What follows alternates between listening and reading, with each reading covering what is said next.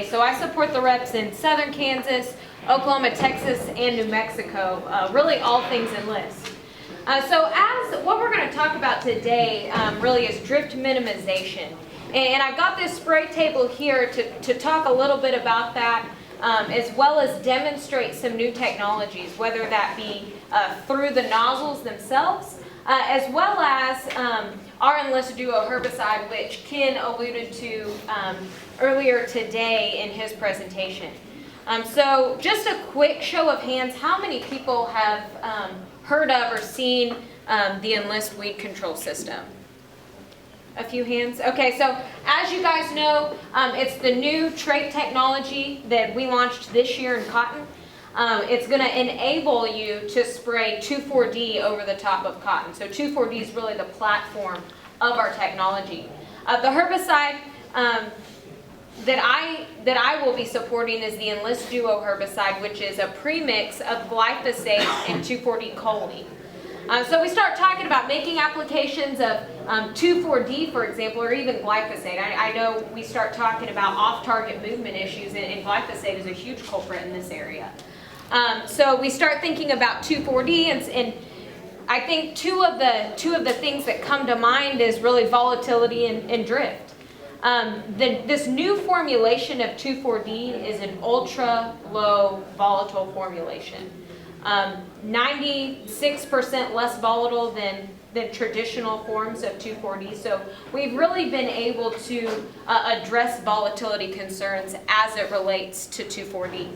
But as we know, volatility is something that we can't control. It's whenever you go out there and make those applications and that stuff gets up and moves on you after you've made that application and left the field. So what I want to talk to you guys today about is really drift and drift minimization. So I've got a quick demonstration here. And the first thing that I want to show you,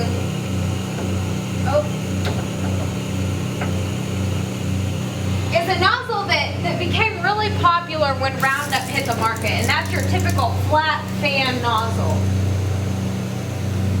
So as you can see, whenever we start looking at different nozzle options, these became really popular when Roundup came out because it gave us really good coverage, but with that coverage came what? A lot of driftable fines, exactly. So you can see the fines that are starting to circulate here throughout the spray table. So nozzle manufacturers have been able to advance technology from a nozzle's perspective. This here is an AI nozzle. So what they started to do is incorporate ports that allow for larger droplet sizes. One thing that I do have, if you guys haven't been by the booth yet, I encourage you to go take a look at one of these product use guides. Because something that you're going to see on our Enlist Duo label is nozzles that will be approved for use with our herbicide system.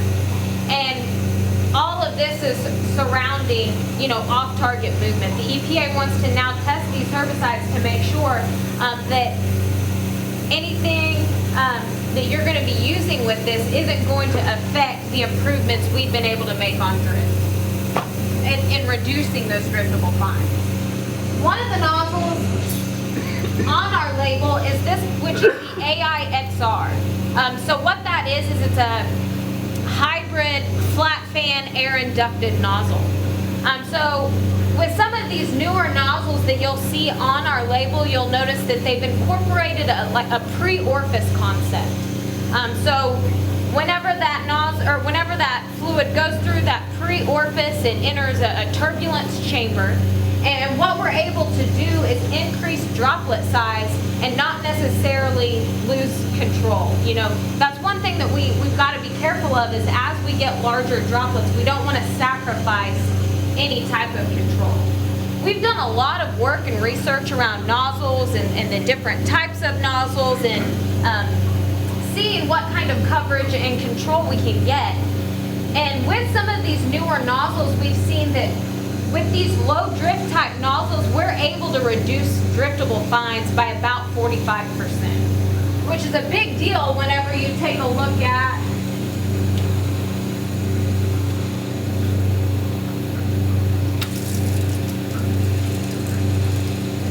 droplet size and spectrum versus that of a flat fan. So you can notice the different droplet sizes.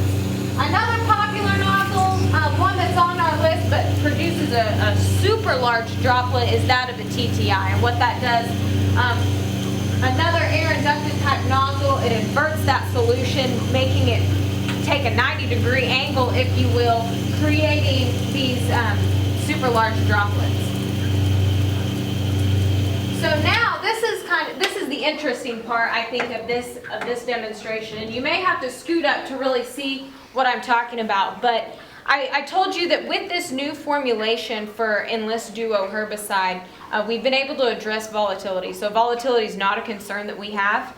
We're able to address drift by up to 90%. So we're able to reduce those driftable fines by up to 90% whenever you compare that to a traditional tank mix. So I'm going to show you how we do that. So 45% of that reduction comes from the nozzle itself, and then the additional 45% is going to come from the formulation.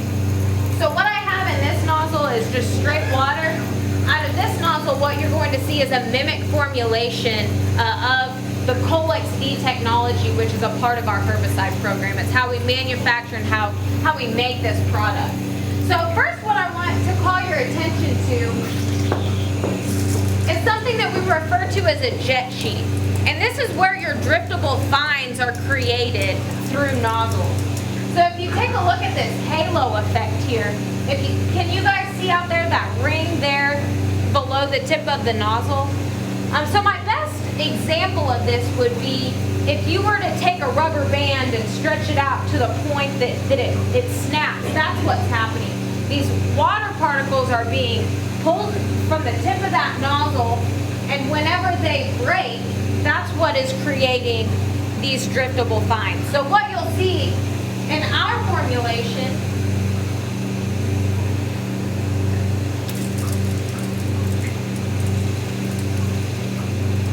let me get the pressure up. So what you'll notice here, this is the mimic formulation. You can see that with this formulation, the particles break up much more closely to the tip of that nozzle.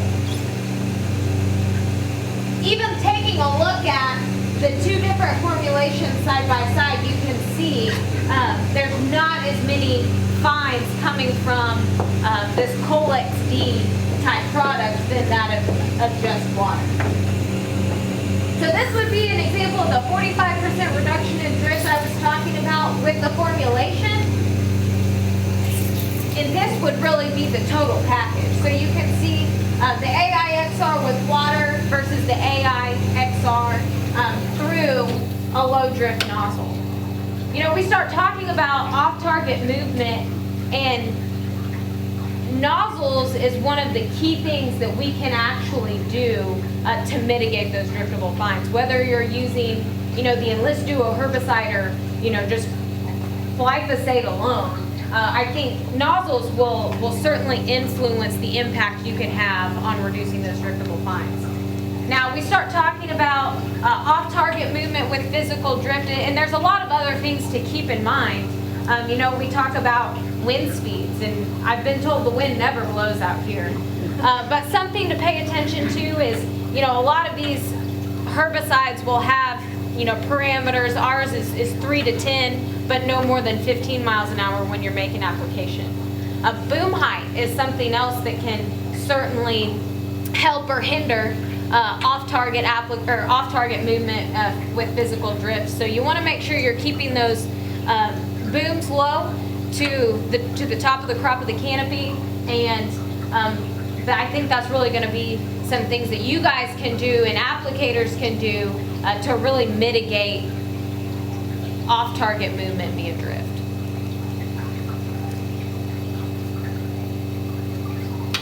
So like I said, whenever we talk about nozzles, one thing to think about, ours, in these product use guides, we actually have a chart in here that talks about the different nozzles that will be approved for use with the Enlist Duo herbicide.